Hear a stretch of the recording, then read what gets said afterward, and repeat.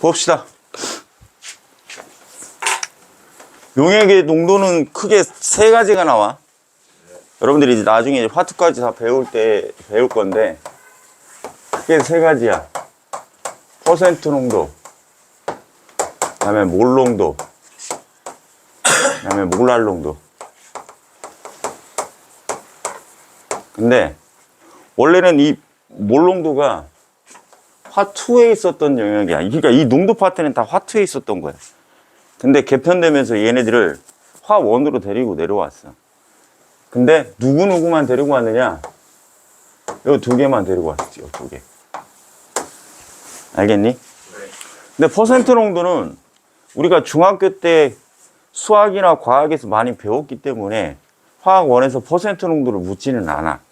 그래서 퍼센트 농도는 간단하게 살펴만 보면, 퍼센트 농도 구할 때 우리는 어떻게 구해? 용액의 질량분의 용질의 질량 곱하기 100이잖아. 맞아, 틀려? 근데 용액이라는 건 용매 플러스 용질의 질량이고 분의 용질의 질량 곱하기 100이란 말이야. 그치? 맞아? 안 나와. 그러니까 얘는 버릴 거야. 알겠습니까? 우리는 집중적으로 뭐만 배워야 되느냐? 몰 농도. 이게 중요해. 알겠어? 자, 몰 농도라는 건 뭐야? 거기 뭐라고 나와 있어? 용액의 부피분의 용질의 양인데 몰이지. 자, 봐. 이제 집중해. 몰 농도라는 M은 용액의 부피. 자, 단위는 리터야. 첫째 중요한 건 뭐냐? 얘가 중요해. 단위를 반드시 뭘로 바꿔라? 리터로 바꿔라. 알겠어? 그 다음에 용질의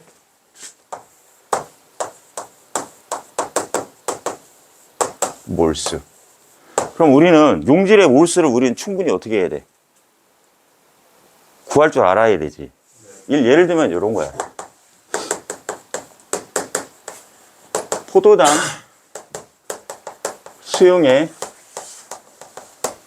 250ml를 준비했는데 여기에 공급된 포도당은 18g이라 치자. 이랬을 때 몰 농도를 구해주세요 라는 거야. 알겠어? 그러면 포도당은 누구 왔어? 누구가 온 거야? 어? 빨리 갔다 와. 다행이네. 왔네. 걔는 새끼들. 자, 볼게요. 잘 들어. 그러면 포도당은 C6, H12, O6. 그럼 얘의 분자량을 일단 구해야 되겠지. 왜? 우리 몰 구할 때는 어떻게 구해야 돼? 분자량분의 질량이니까. 그치? 그럼 해보자. C는 6번이지. 그럼 6 곱하기 2 하면 12지. 그럼 12고, 원자수가 6개고, 플러스 수소는 1이고, 12개고, 플러스 산소는 8번이니까 8이 16이고, 곱하기 6이지. 맞아? 어? 계산해봐, 빨리. 산수 계산하라고, 빨리! 어? 180 나왔어? 어? 180 나왔어? 그러면 분자량의 포도당은 180. 시작한다 그러면 자, 몰 농도. 이것도 헷갈릴 수 있으니까. 자, 몰 농도 부피분의 용질의 몰수 간다. 근데 부피는 리터로 바꿔달라고 그랬지. 그러면 250ml를 리터로 바꾸면 얼마야? 0.25 리터지. 분의 분자량이 180이지. 그럼 뭘부터 구하자? 180분의 18. 맞아, 틀려? 그럼 이거 얼마? 10분의 1, 0.1몰이지. 맞아? 그럼 요거는 얼마야? 25분의 10이지. 그럼 5분의 2지. 그럼 0.4 몰퍼 리터 이렇게 구하는 거라고. 됐어? 근데 여기서 몰퍼 리터는 이렇게 표현하게 돼. 0.4 몰농도다. 알겠습니까? 자, 그러면 요거는 이제 정식 방법이고, 오케이? 그럼 예를 들어서 만약에 몰농도 구하는 공식이 부피분의 몰수니까 여기서 상황 변수들을 잘 고려를 해보면 몰도 상황 변수지, 몰농도도, 그 다음에 몰도 상황 변수고 부피도 상황 변수고, 근데 몰을 구할 때는 뭐야? 분자량도 상황 변수고 그 다음에 질량도 상황 변수야, 그치? 그럼 얘네들을 각각 하나 몇 개씩 제시해주고 뭔가를 구해주세요 라고 얘기하면 다 구할 줄 알아야 된다는 거야. 이게 무슨 얘기냐면 문제의 형식을 이런 식으로 바꿀 수가 있겠지. 어떻게? 봐봐.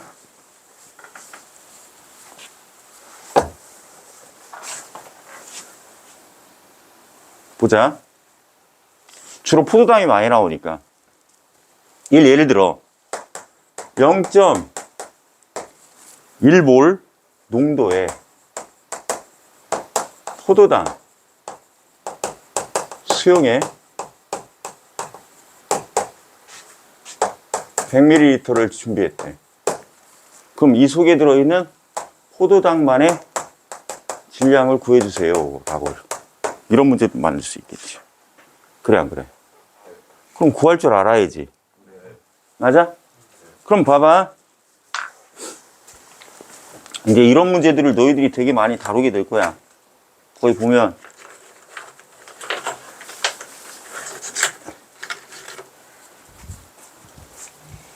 학생 수가 얼마 없다고 분필도 그냥 초라해지는구만. 잘 봐.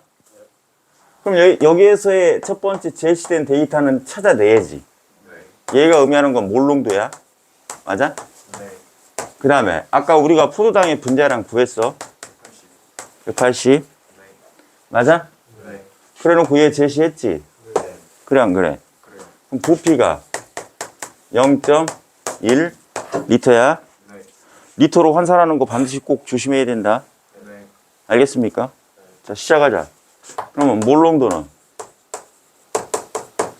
부피 0.1 맞아?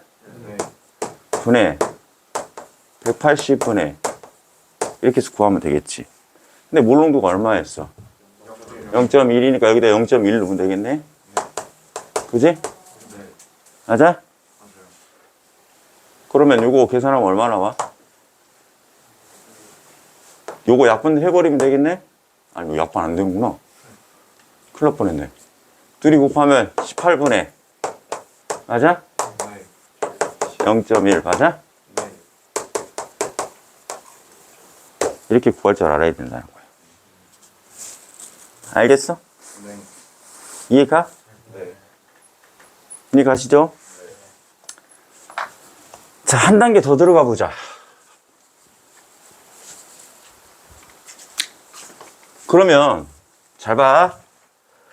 너희들이 의심을 좀 해야 될 게 하나 있어. 용액의 부피가 나왔지. 맞아 틀려? 근데 잘 봐. 집중해. 우리가 밀도는 부피분의 질량이란 말이야? 오케이? 됐어? 그럼 예를 들어 이렇게 할 수도 있지. 용액의 밀도를 알려줘. 오케이? 그리고 용액의 질량을 제시했대. 그럼 요걸 토대로 우리는 뭐를 해석할 줄 알아야 돼? 부피를 해석할 줄 알아야 되겠지. 맞아 틀려? 맞아? 그러면 이 몰농도를 살짝 바꿔서 잘 봐. 이 몰농도를 살짝 바꿔서 용액의 부피, 그럼 여기에서 이 공식에서 부피는 다 이니셜로 가자. 자, 밀도 D는 부피 V분의 질량 M이야. 그럼 따라서 부피는 밀도 D분의 질량 M 이렇게 되겠지. 그럼 공식으로 바꿔. 여기도 얘를 집어넣어. 그럼 밀도 D분의 맞아? 뭐야? 질량 M 맞아? 근데 단 여기에서의 질량 M은 용액의 질량인 거야. 알겠어? 분해 용질의 몰수 이렇게 해도 되지. 이해가? 이해가냐고. 그러니까 이러한 공식들을 너희들이 자유자재로 갖고 놀 줄 아셔야 돼요. 아시겠습니까? 안 그러면 답 없어. 알겠니? 오케이? 그 다음에 이제 조금 이따 내용 설명 다 끝나고 선생님이 샘플로 몇 문제 빼서 선생님이 한번 살짝 풀어줄 테니까. 근데 아마 너희들 가지고 있는 교재에서 하 문제 풀면 아마 감 잡힐 거야. 알겠습니까? 이제 보자. 집중하고 잘 따라와. 몇 개 더 갖고 놀 거야. 알겠어? 예를 들어 비커가 있어. 오케이? 내가 0.1몰 농도를 가진 포도당 수용액을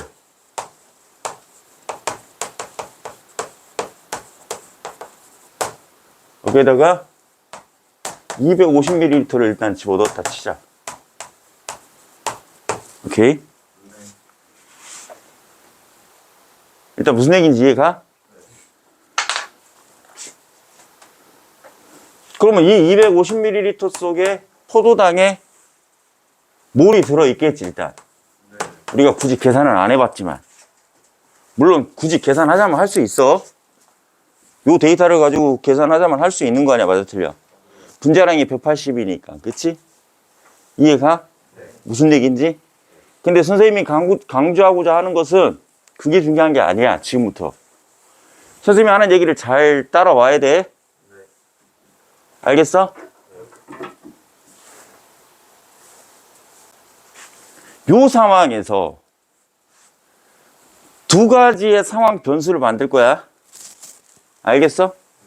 첫째, 만약에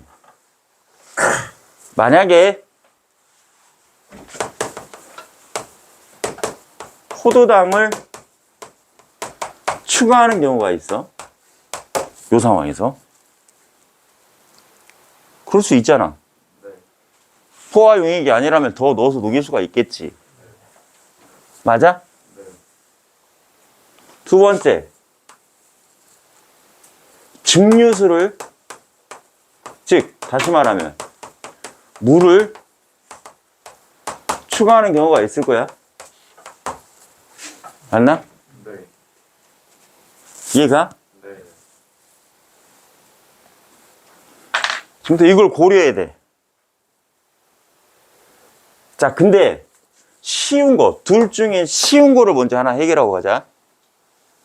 알겠어? 얘부터. 얘는 어렵지가 않아. 알겠어?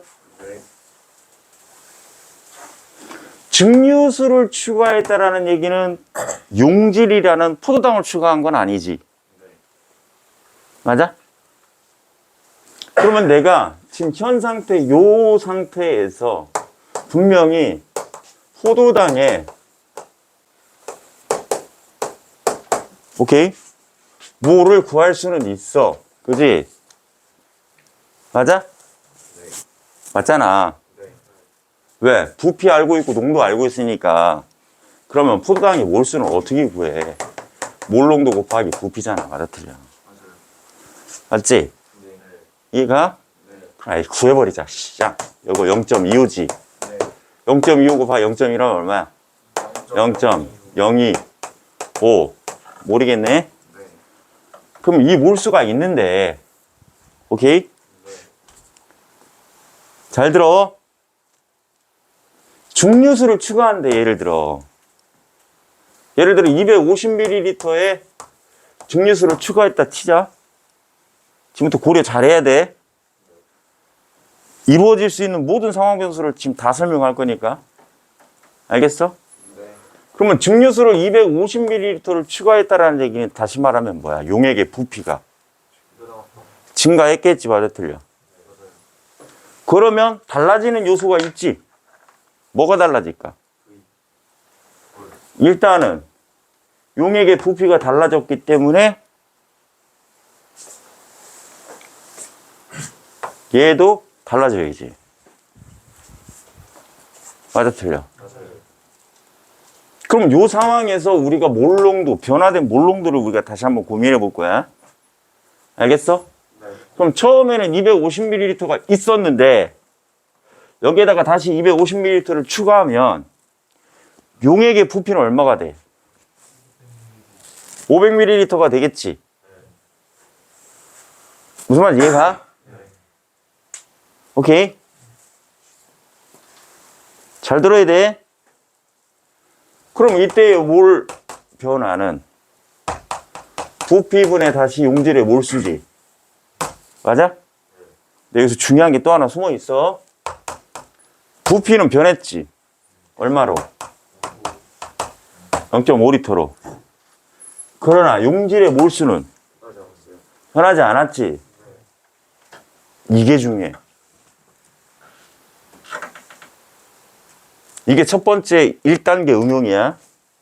즉 다시 말하면 기준의 데이터를 가지고 용질의 몰수를 구했으면, 오케이? 증류수를 추가했을 경우에는, 오케이?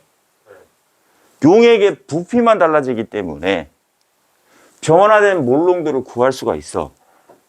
그런데 여기서 중요한 사실은 뭐야? 용질의 몰수는 변하지 않는다라는 게 중요한 거야. 알겠어? 이해가? 이해 가십니까? 이제 오늘부터 부드러워지기로 했어. 이해 가시죠? 윽박지르지 않을 거야. 이게 얼마나 갈란지는 모르겠으나. 그럼 여기에다가 몇을 집어넣어야 돼?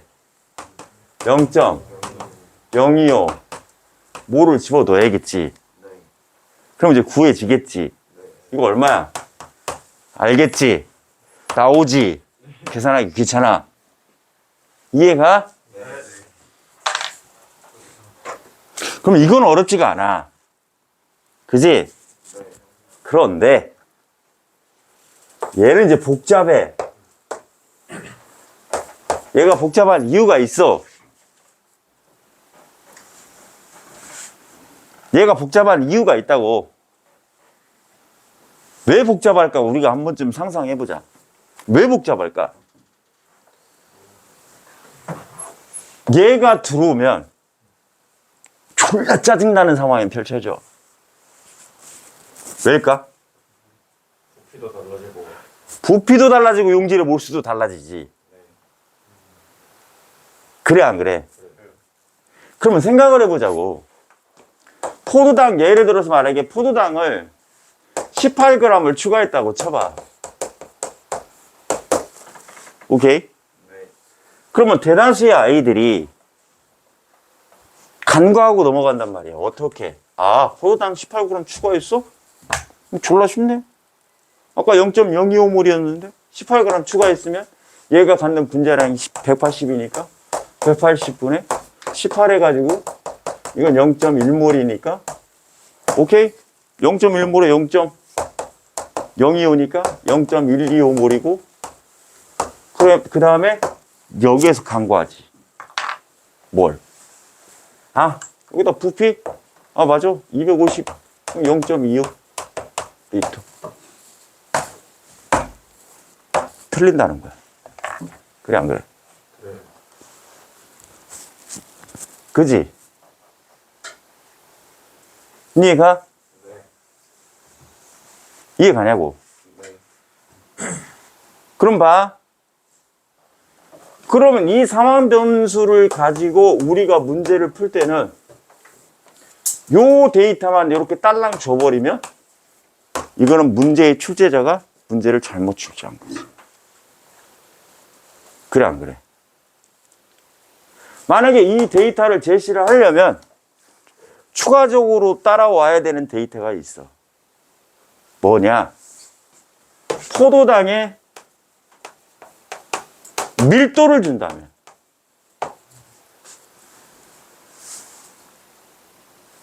가능하겠지. 왜? 포도당의 밀도 D는 부피분의 질량이니까 포도당의 밀도를 안다면 포도당의 질량을 추가했기 때문에 이 포도당이 가지는 부피를 알 수 있을 거고, 그러면 이 포도당이 가지는 부피를 여기다가 더한 다음에 15 넣어주면 되겠지. 맞아, 틀려? 그지? 그렇게 하면 가능성은 있어. 오케이? 근데 너희들이 문제를 접해보면 알겠지만 포도당의 밀도를 제시하지 않는 경우가 꽤 많이 있을 거야. 알겠습니까? 네. 그러면 이제 봐봐. 그러면 아무튼 얘를 추가했대. 그러면 선생님 얘를 추가하고, 잠깐만요. 이 원장님. 네네. 다음 주요? 아, 명절이네요. 그쵸? 아, 그러네요. 아, 알겠습니다, 오늘. 네, 알겠습니다, 오늘. 명절 너무 가야겠다. 네. 그렇죠, 그렇죠. 알겠습니다. 네, 네. 네. 보자. 그러고 보니까 다음 주가 명절이냐? 다음 주랑. 그치? 다 다음 주잖아. 그러고 보니까. 어이씨. 아이씨. 아이고, 진짜. 아무튼, 다음 주 한 주까지는 여기서 하자, 그러면. 알겠죠? 야, 그러지 말고 우리 계약 시점에 맞춰서 평촌으로 가는 게 어때? 그게 낫겠지? 아, 계약 시점에 맞춰서. 그때 신입생들이 막 파도처럼 밀려올 거 아니야. 아, 지금 꼬드겨야 돼. 자, 너네 준비 안 하고 오면은 그때. 아, 그래? 알았어. 그러면 명절 이후에 절로 옮기는 걸로. 알겠죠? 아니, 이런 것까지 다 녹화되면 어떻게 해? 이거. 아, 진짜. 자, 봐. 아, 전화는 왜 하셔가지고. 이거, 강력 없어. 설마 내 채널 가입 안 하셨겠지. 집중해. 그러면 얘를 주고 어떻게 물어볼 거냐면 이렇게 물어볼 거야. 어떻게 물어볼 거냐? 일단은 오케이? 얘를 주고 어떻게 물어보냐면 얘를 준 다음에 실질적인 정량적, 즉 수치적 데이터 결과값을 물어볼 수는 없어. 너희가 상황을 봐도 밀도를 주지 않으면 절대적 수치를 물어볼 수가 없겠지. 그래, 안 그래? 왜? 부피가 얘가 될 수가 없는데, 그지? 이해가? 이해가지? 그래서 어떻게 물어보느냐? 이거를 계산한 값이 존재할 거야. 맞아, 틀려? 맞지? 그럼 일단 계산을 해보자고. 25분의 12.5지. 그럼 250분의 얼마야? 125야? 맞아? 네. 그지? 그럼 여기다 곱하기 4 하면 1000 되지? 네. 그럼 여기도 곱하기 4 하면 얼마야? 600. 600이야? 그러면 0. 500이요. 어? 아이씨, 빨리 얘기해. 0.5 몰 농도가 나올 거야. 네. 그럼 어떻게 물어보느냐? 요 상황을 제시하고 이때의 몰 농도는 0.5몰 농도이다 라고 물어볼 거야. 그러면 무조건 뭐 해야 돼? 틀리지? 이해가 무슨 얘기지? 일단 틀리지? 맞지? 그러면 이렇게 물어보면 0.5몰 농도보다 작다. 이렇게 얘기하면 맞지.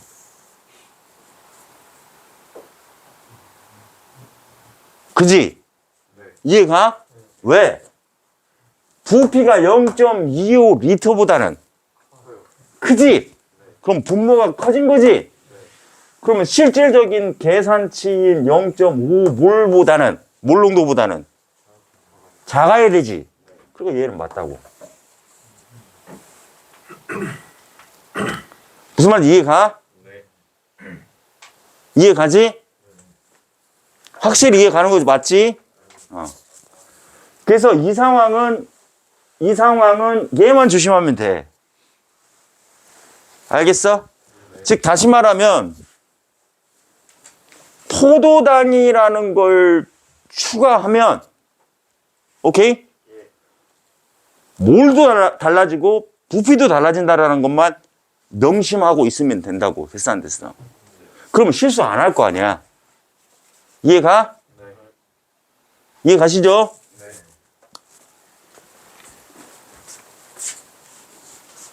근데 증류수 추가할 때는 절대적 데이터 값을 물어본단 말이야. 알겠어요? 오케이. 됐어, 안 됐어? 빨리 얘기해. 그러면 여기에서 우리가 그 책에는 분명 뭐가 나올 거냐면 어디 있냐면 왼쪽 봐봐. 28페이지 왼쪽. 기출팁 A-2. 거기 뭐라고 나와 있어? 용액을 희석할 때 동그라미 쳐봐.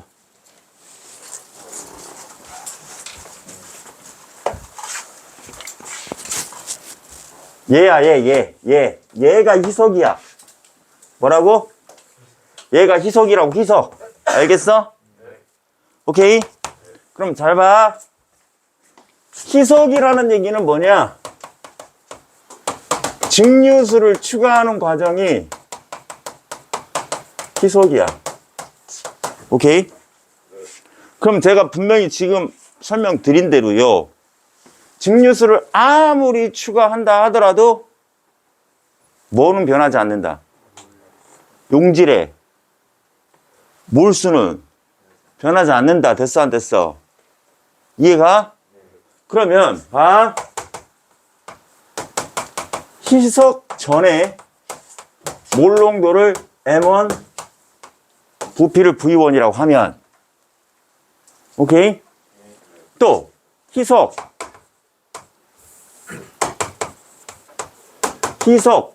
후에 몰농도를 M2, V2라고 하면 우리가 알고 있는 사실은 뭐야? 희석 전후에 용질의 몰수는 같다는 거잖아. 맞아? 이해가? 그럼 희석 전후에 용질의 몰수가 같다라 했으니 몰농도는 부피분의 용질의 몰수야. 맞아, 틀려? 그러면 따라서 용질의 몰수를 구할 때는 몰농도에다가 부피를 곱해줘야 돼. 맞아, 틀려? 끝났네. 어떻게 끝났어? M1 곱하기 V1 이꼴 M2 곱하기 V2하고 같아야지. 맞아, 틀려? 맞아? 그럼 당연히 M2를 구해주세요 라고 얘기하면 얘를 넘기니까 V2분의 M1 V1 이렇게 구해달라는 얘기야. 알겠어? 그런데 버려. 알겠어? 굳이 이런 걸 또 추가로 공부하지 말라고. 알겠어? 우리는 그냥 아까 선생님이 해줬던 방법 프로세스대로 그냥 진행해. 저 공식을 새로이 머릿속에 담으려고 하지 마. 무슨 말인지 이해가? 이해 가냐고? 오케이? 이해 갔죠? 만약에 학교 시험 문제에서 난이도를 좀 세게 낸다고 하면 얘를 줄 확률은 있어. 오케이? 그래놓고 다시 한번 강조드리지만 이 데이터를 제시를 했을 경우에는 반드시 추가로 따라와야만 하는 데이터는 누구라고? 포도당의 밀도라고. 그러면 이 문제는 살짝은 어려워진 문제가 되겠지. 그래 안 그래? 맞아 틀려? 왜? 한 단계를 더 고민해서 몰롱도에다 집어넣어야 되니까. 그래 안 그래? 그치? 오케이? 몰롱도의 기본 개념은 다 설명이 끝난 거야. 알겠어? 네. 그런데 이 단일 개념으로만 시험 문제를 만들면 우리한테는 불리해. 왜? 우리도 쉽고 선생님한테 수업을 안 듣는 애 새끼들도 쉬우니까. 그치? 즉 다시 말하면 이 단일 조건의 문제를 내면 이거는 1등급 변별 문제가 될 수 없다는 얘기야.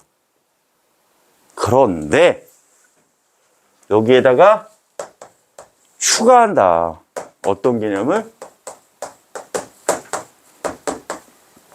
화학 반응에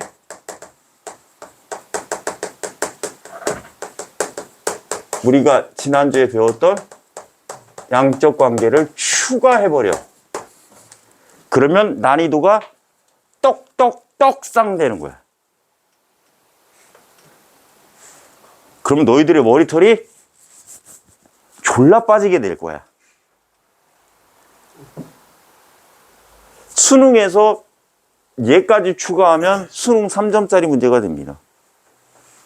그래서 그거는 선생님이 샘플로 나중에 수능 기출 문제로 풀어드릴 거예요. 아시겠죠?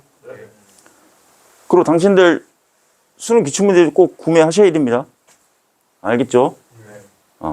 하나만 더 해보자.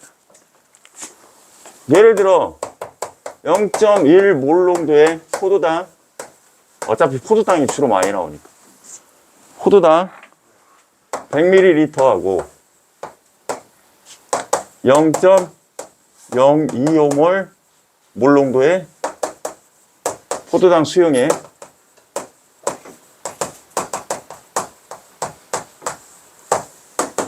200ml하고 혼합했을 때의 몰롱도를 구하시오. 이건 개 쉬운 문제지. 이거는 문제풀이를 어떻게 설계하면 될까? 왼쪽에서 포도당의 몰수 구하고 오른쪽에서 포도당 몰수 구하고 어차피 부피는 주어진 데이터니까 이 두 개 합하고. 맞아 틀려? 그러면 문제가 풀리겠지? 맞지? 몰롱도 끝. 패스. 다음 페이지. 원자를 구성하는 입자의 발견이야? 여기는 졸라 쉬워. 알겠니? 자, 전자의 발견, 톰슨 세 가지 실험이 있어. 맞아 틀려? 맞지? 첫 번째 실험은 뭐니? 그림자가 보인다. 그래 안 그래? 맞아? 아이씨. 충전을 안 해놨더니. 잠깐만요. 구조 배터리가 하나 더 있나?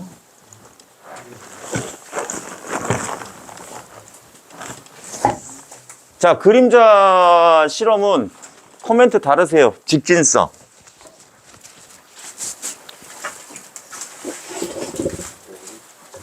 그림자의 실험 있잖아. 있어 없어? 그치? 그럼 거기에 네모칸 두 글자는 뭐야? 직진한다겠죠. 야, 얘들아. 전자가 직진하니까 장애물을 만나면 통과할 수가 없을 거 아니야. 맞아 틀려? 그러니까 그 장애물의 모양대로 어떻게 되는 거야? 그림자가 생기겠지? 맞아 틀려? 자, 두 번째 바람개비를 돌렸다고 그랬지? 쓰세요. 입자성.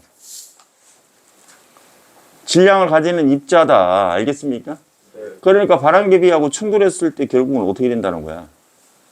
바람개비가 돌 수 있다라는 얘기잖아. 맞아 틀려? 이해 가시죠? 네. 세 번째 그림은 뭐야? 전. 마이너스에서 플러스로 휘어지지? 네. 그러면 이 입자는 마이너스 극에서 플러스 극의 방향으로 휘어졌다는 얘기는 마이너스 성질을 갖기 때문에 마이너스 극과 청력에 의해서 반대로 휘어진다라는 얘기잖아. 맞아, 틀려? 네. 맞아? 네. 그럼 거기다 쓰세요. 음극성.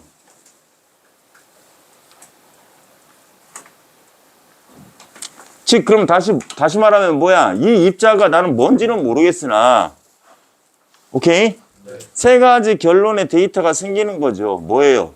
첫 번째는, 나는 뭔지는 모르겠으나 이 전자는 직진하더라. 이 입자는. 됐어, 안 됐어? 그리고 미세하게나마 질량도 갖고 있더라. 됐어, 안 됐어? 그런데 마이너스 성질을 띠고 있더라. 됐습니까? 그래서 우리는 이거를 전자라 부르자. 이렇게 되는 거예요. 아시겠죠? 네.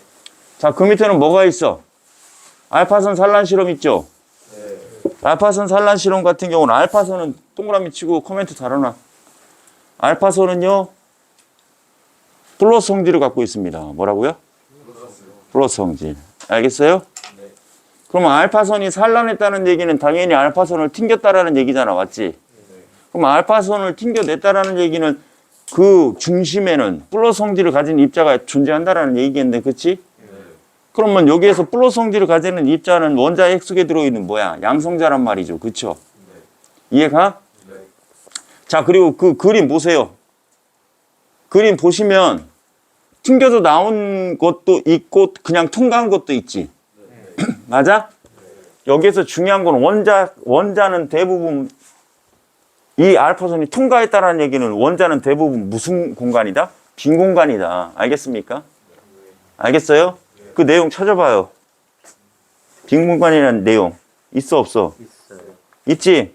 거기에 체크하세요. 그리고 중심부에는 양성자를 포함한 큰 질량을 가지는 원자 핵이 들어있다라는 거예요. 아시겠죠? 패스.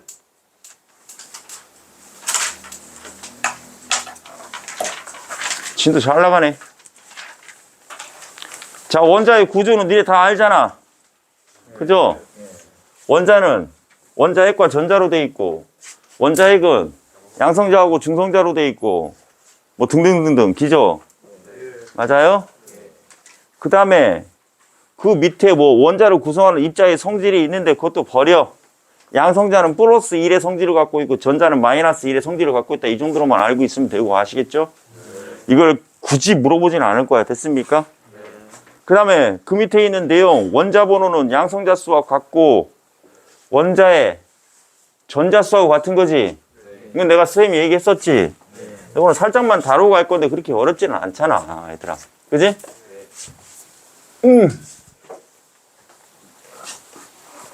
집에 가서 저거 편집해야겠네. 아까 그 영상은 잘라야 되잖아. 나 편집 되게 귀찮아하는데. 봅시다. 원자 번호는 양성자 수하고 같고 전자 수하고 같아. 됐어? 이건 모든 원자들의 공통사항이야. 알겠습니까? 모든 원자들의 공통사항이야. 이렇게 생각하면 안 돼. 중성자 수는 같지 않아. 알겠어요? 그런데 꿀팁 하나 알려줄게. 잘 봐. 거의 보편적으로 비금속의 경우는 물론 예외적인 상황은 있어. 알겠습니까? 근데 걱정하지 않아도 돼. 화학에서 예외적 상황이 나오면 다 알려줘야만 해. 즉, 다 알려줄 거야. 알겠습니까? 그러니까 그건 걱정 안 해도 돼. 알겠죠? 일단 다 알려줄 거니까. 비금속의 경우는 원자 번호하고 양성자 수하고 같고 그 다음에 전자 수하고 같고 중성자수하고도 같아. 알겠어요? 그래서 이건 앞전에 선생님이 서두에 분명히 이거 설명했던 내용이야. 그래서 비금속 같은 경우는 원자의 질량이라는 원자량을 해석할 때 원자 번호 곱하기 얼마 해주면 된다? 2 해주면 된다. 됐어 안 됐어? 그래서 아까 우리 포도당 구할 때 어떻게 구했어? 수소만 예외니까 얘는 6번이고 12 곱하기 6에 플러스 얘만 예외라고 그랬지. 1 곱하기 12 플러스 8번이니까 8이 16 곱하기 6 이렇게 구했잖아. 맞아 틀려? 그러니까 요거는 좀 알아두면 좋겠다. 스피드하게 끝낼 수 있으니까. 됐습니까? 자, 오른쪽 보자. 동위원소의 평균 원자량이라는 게 있어. 자, 이거는 별표 치셔야 돼요.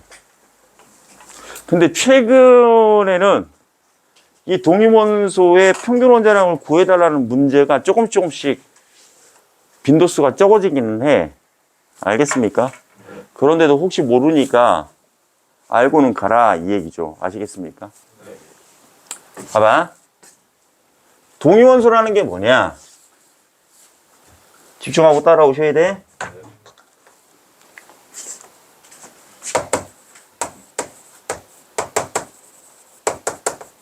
이렇게 해석하면 돼. 주기율표 상에서 위치가 동일한 원소다. 이렇게 표현하면 되는 겁니다. 아시겠습니까? 오케이.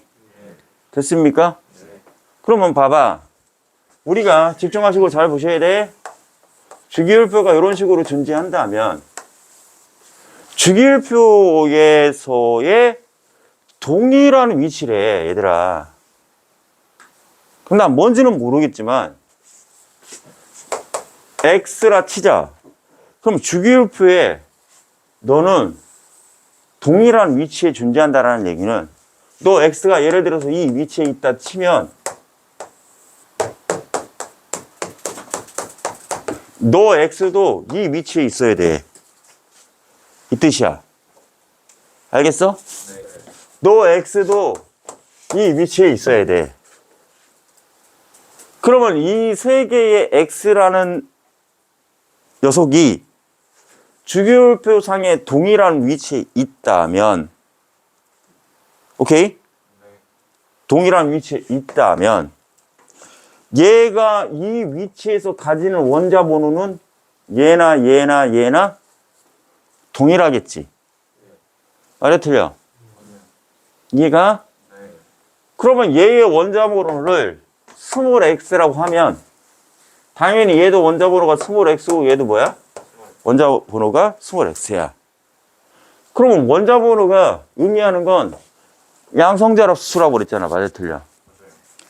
그지? 그럼 당연히 양성자 수는 같은 거야. 그런데 질량수가 다른 거야. 알겠어? 그래서 엄밀히 놓고 따지면 우리가 통합과학 설명할 때 우리 그 핵융합 반응 또는 핵분열 반응에서 예전에 설명했었어. 어? 어떻게 설명했었어? 날 봐. 여기에 예를 들어 여기에 A가 있고 여기에 B가 있으면 B가 의미하는 건 질량수고, 그지? 그러면 원자의 질량이라는 건 원자량이라는 건 어떻게 구하느냐? 전자량은 개무시하는 거니까 양성자수하고 중성자수를 합해서 구해주는 거야. 그지? 이해가? 근데 이 원자량이라는 것을 우리는 뭐라 불러? 질량수라고 부른단 말이죠. 오케이? 그래서 질량수의 표현 규칙은 원소기호의 좌측 상단의 질량수로 표현하게 돼 있어. 알겠습니까? 네. 그러면 이때 우리가 중성자수 구할 때는 요 자식에서 뭐를 빼줘야 돼? 요 자식을 빼주면 중성자수 구할 수 있잖아. 네. 그래서 중성자수라는 G를 구해주세요 라고 얘기하면 이때는 B-A를 해주면 된다 이 뜻이야. 됐어 안 됐어? 네. 이해가? 네. 이게 동위원소의 관계야. 이해 가시죠? 네. 그러면 질량수는 당연히 A, B, C고 예를 들어서 A와 B와 C는 어떻게 된다? 같지 않아야 된다 이 뜻이겠죠? 네. 근데 어렵지는 않잖아. 이해가? 네. 그러면 얘네들의 질량수가 다르기 때문에, 즉 다시 말하면 이들이 가지는 원자량이 다르기 때문에, 그지? 그지? 그러면 원자량이 다르다라면 당연히 뭐야? 평균 수치로 해석을 해야 될 거 아니야. 맞아, 틀려? 그래서 평균 원자량이라는 개념이 나온단 말이에요. 알겠습니까? 알겠어요? 자, 근데 집중, 잠깐만.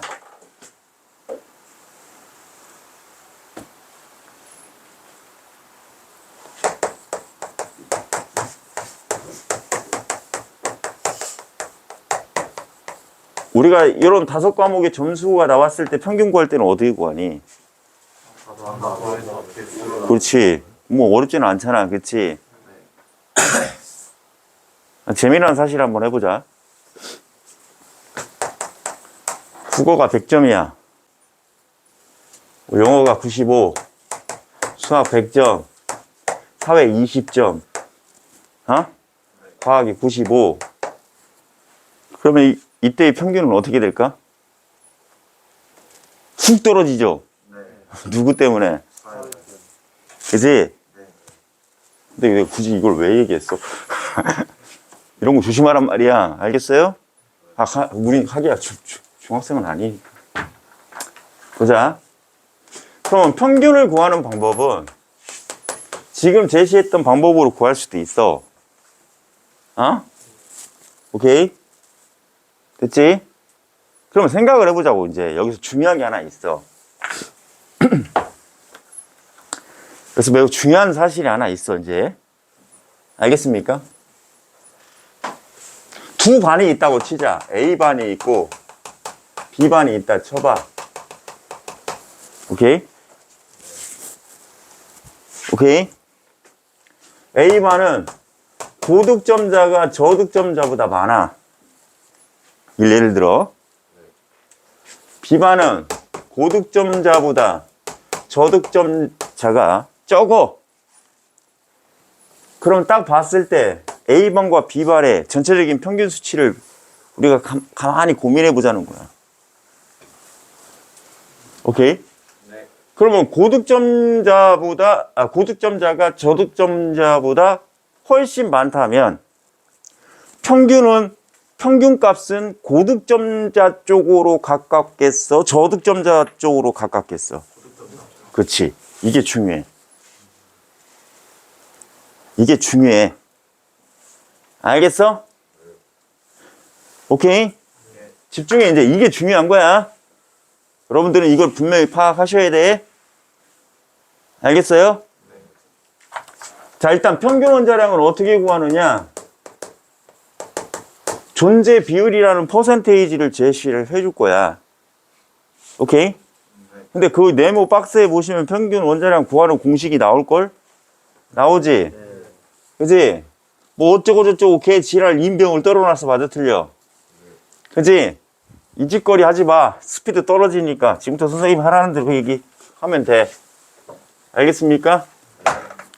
평균 원자량을 구할 때는 날 봐봐. 집중. 존재비 퍼센테이지를 줄 건데, 거기 나와 있는 것처럼 뭐 100분의 예, 뭐 퍼센트 어쩌고저쩌고 해서 구하려고 하지 마. 복잡하니까. 알겠어? 이렇게 해. 원자량에다가 곱하기 그냥 스피드하게 퍼센테이지를 할픈위로 바꿔. 이거 수학에서 배웠어, 안 배웠어? 할픈위로 바꾸는 거. 퍼센테이지를 소수값으로 바꾸라고. 됐어? 예를 들면 이런 거지. 예를 들어 40%래. 그럼 이거 소수로 바꾸면 0.4잖아. 그럼 매우 스피드하지? 굳이 저런 개지랄 떨지 말라고. 됐어, 안 됐어? 다시 퍼센테이지를 뭘로 바꾸라고? 소수값으로 바꾸라고. 됐어, 안 됐어? 그럼 그 바꾼 소수값을 여기다 집어넣고 계산해. 알겠어? 그럼 매우 스피드하겠지? 그지? 그래서 더해주면 끝나. 됐니? 이해가? 됐어? 그런데 안 나와. 안 나온다고. 버려. 알겠어? 네. 집중해, 이제부터. 이게 중요해. 이게 중요해. 네. 똑같은 동위원소가 있다 치자. 알겠습니까? 네. 얘가 예를 들어 만약에 10이고, 그럼 이쪽도 x가 있고, 그럼 당연히 이 10은 동일할 거고, 예를 들어 우리가 임의로 잡아보자고. 얘가 12짜리고 14짜리라고 쳐보자. 이씨, 불가능하네. 질량수가 이렇게 나올 수가 없죠. 22, 24라 치자. 알겠습니까? 네. 동위 원소지 질량수 다르니까, 그치? 맞아? 네. 하나만 묻자. 얘네 존재 비율을 나 모르겠어. 난 모르겠어. 네. 어? 네. 근데 얘의 질량수가 22고 얘의 질량수가 24야. 네. 그럼 상식적으로 생각을 해보자고. 어? 네. 상식적으로. 그럼 얘의 평균값은 22보다는 크겠지? 24보다는 작을 거야. 맞아, 틀려? 맞아요. 당연히 사이값이 평균값이니까 그냥 그래. 그렇지? 네. 이제 잘 들어. 오케이? 네. 만약에 오케이? 만약에 이 평균값이 자, 평균값의 범위가 22에서 24 사이일 건데 오케이? 만약에 이 평균값이 24에 매우 가깝게 평균값이 나왔다라고 치면 지금부터 이걸 고민해야 돼.